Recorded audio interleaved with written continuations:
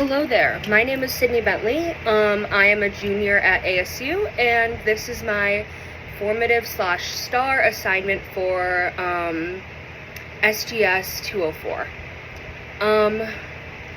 Give an example of how you set your goals. For me, I like to start from the very beginning and pick out whatever the big overarching goal is that I have and work from there.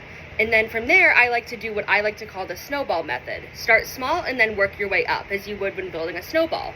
And I would take the smallest task I have for whatever the big overarching task is at hand and start there, and then work my way on top of it and on top of it, starting with the easiest ones to get to the most challenging ones, and then feeling just complete and successful by the end of that. Have I ever made an unpopular decision? And how did I handle that with the rest of my team members? I have. I, in high school, did a lot of theater and used to run the publicity and programs department at my high school. And as part of that, part of my job would be promoting the shows and getting the word out to other people. And part of the way we did that is my high school had something that they like to call the Spirit Rock.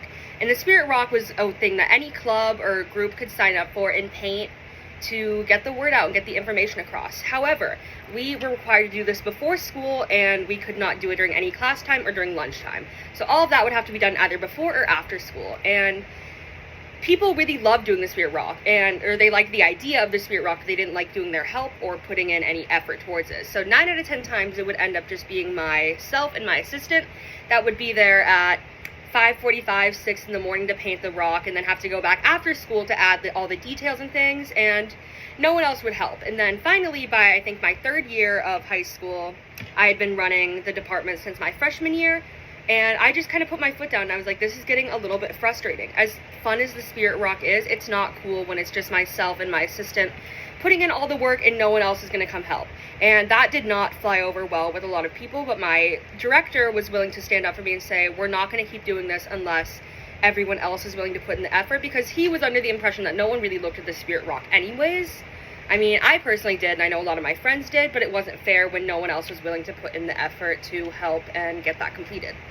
And a lot of people were not happy with that, but I made people prove to me and sign up and show me that they were going to be there if we were going to do that. And finally, we brought it back for our musical in the spring, my junior year, and still only a couple people showed up, which was not great considering how many people were so angry about this from the beginning, but better to have some people than no people at all.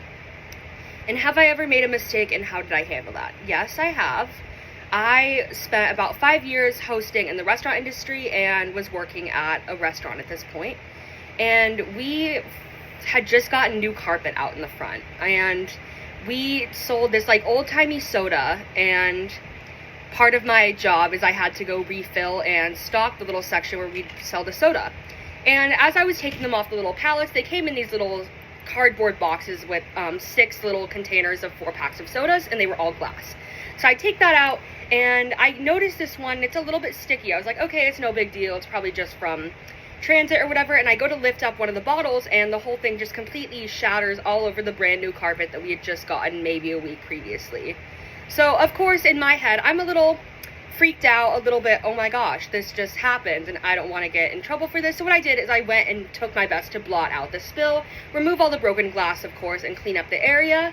And then we had one of those carpet machine cleaners that could suck out some of like the liquid from there. So I used that and was able to get most of the spill out without too much staining, which was good. But I think what kept me going through that was keeping myself calm, collected, and straightforward, and just pulling myself into a good place and being able to get it done without too much distraction or struggle.